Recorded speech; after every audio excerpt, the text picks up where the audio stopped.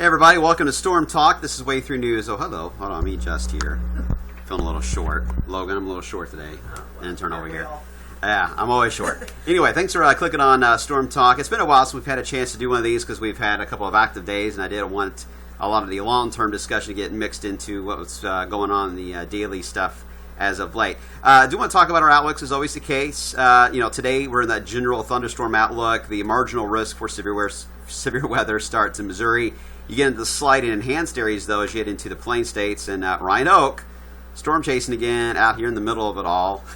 And he's not doing it for fun, by the way, guys, in case you guys are wondering. I've seen some comments on Facebook. He's out there to study what's going on, and he brings back a lot of his findings and his videos to us. And hopefully we can all, as a team, strengthen and grow and understand more and more about tornadoes. So he's going to the heart of it all.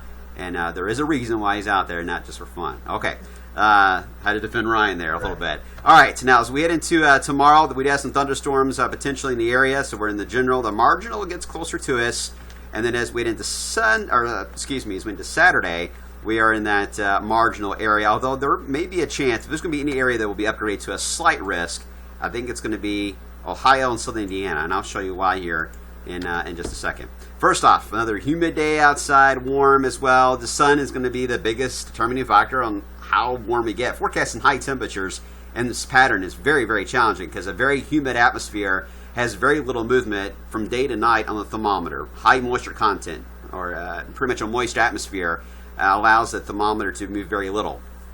Very dry atmospheres, you can have dramatic swings. That's when we see those 40-degree temperature differences from morning to the afternoon sometimes. But a humid atmosphere, it's very, very slow and sluggish on the thermometer. The sun is the main factor to get you a little bit of a boost. And we've had some haze around so far today, so it's kind of allowing for a slower climb. 74 at the moment, a lot of moisture. You're seeing that haze outside, even though we're getting some sunshine breaking through.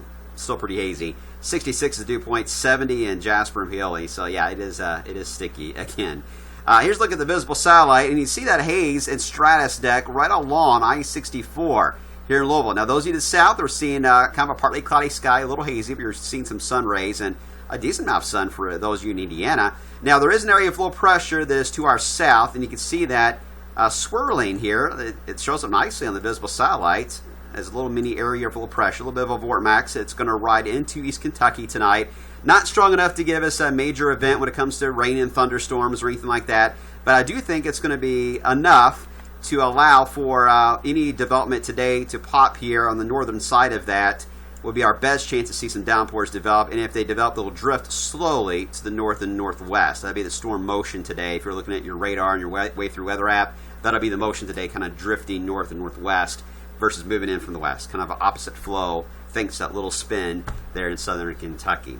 Not expecting a big washout, but again, there will be some downpours to track. Here is a couple of the short-range models, one being the Triple R for tonight. Or this afternoon, it shows, again, that spotty development very close to where that spinning is in southern Kentucky. The higher concentration will be there. But there could be, now that we're getting some sunshine breaking through on the northern side of that, some spotty downpours. Lightning, heavy rain in a short amount of time, and some gusts of wind, bursts of wind as the storm weakens are possible. But widespread severe weather, anything like that, not going to happen today. It's going to be very much just typical thunderstorms. One or two could get some gusty winds, maybe up to 40 miles per hour, but we're not as concerned about severe weather as we were yesterday. All right, later tonight, it's interesting, though, it's trying to enhance another round maybe of some thunderstorm action after midnight tonight. Looks to be mainly for I-75, and then that fades away towards sunrise. But even the RPM model in the short range, again, it develops some afternoon pop-ups close to that spinning motion there in southern Kentucky. And then even tonight, it also around midnight, 1 o'clock in the morning, is saying there could be some development around I-75 with maybe some spotty development in our southern county. So we may see a break at sunset, and then we may see another chance for a spotty downpour in this area of our viewing area, mainly along and east of 65. I think we'll have the higher chance for that. So if you hear some rain tonight when you're sleeping, just don't be alarmed by that, because it looks to be expected based on the model trends. So let's talk about Friday afternoon. Going to start off another day of haze, mix of sun and clouds. Again, we could see some more spotty downpours. There's not one area of focus. Today we have the area of low pressure, a little vort that we can kind of focus some of the thunderstorm action closer to that. Tomorrow we don't have really much of anything to focus on, so it's a free fall. Whoever gets a storm's going to get it and probably won't move much at all if it pops on the radar. So if you have outdoor plans Friday, just be alert. And of course, if you hear thunder, get inside and let the storm pass. But most of us may luck out. Saturday, not exactly a similar forecast. It's going to start off nice, but by Saturday afternoon, we just expand with heavy rain and thunderstorms around the area. And again, some of these here across Indiana, I got to watch that, could become locally strong if not severe. Illinois, Indiana, into Ohio, and then they'll kind of just fade out and just heavy rain producers. Got to watch for training of thunderstorms when they repeat themselves and that southerly flow over one county over another, over another, over another. That is when you get into flash flooding scenarios. And that is certainly possible starting Saturday afternoon, Saturday night, and very well could continue into Sunday. Now you see some of the activity fades away Saturday night, but I don't think it's going to go completely dry Saturday night.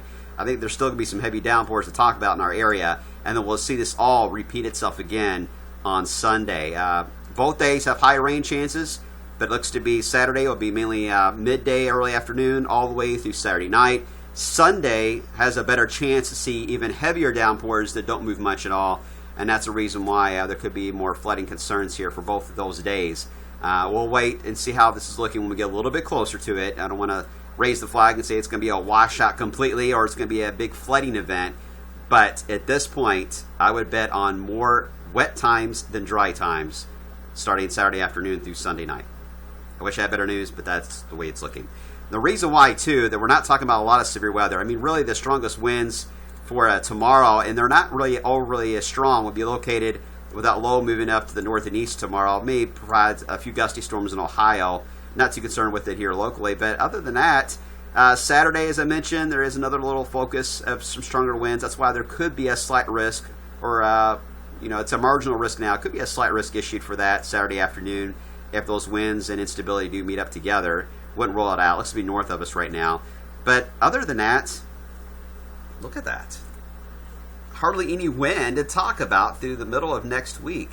So it's a very tropical, stagnant air mass. It's like mid-July weather that we're having, and we're just now flipping the calendar over to early June. So it doesn't always mean storms every single day, but there's going to be humidity every day and the risk for mid-80s every day. That means there will be a chance for a storm every single day.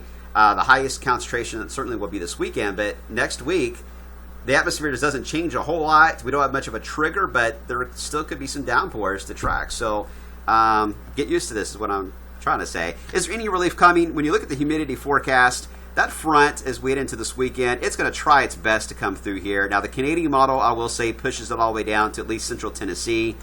It's really tough to get a front to go that far south, even into early June. Can't rule it out, but it's unlikely. I think having the front stall out across Kentucky and Indiana is a little more likely, which means those of you in our Indiana counties may luck out early next week. You may see some lower dew points, and you may see enough blue sky to enjoy somewhat of the weather, but for those of us in Kentucky, more than likely we're going to be stuck in that haze and humid atmosphere. And even for those of you in Indiana, if you get any relief at all, it's short-lived because we're back to the humid scale for most of next week. In fact, all the way through June 5th. I will say there are signs in the longer range. Logan and I were looking at, here's Logan over here, by the way. Say hi, Logan. Hi. All right. Logan and I were looking at around June 12th.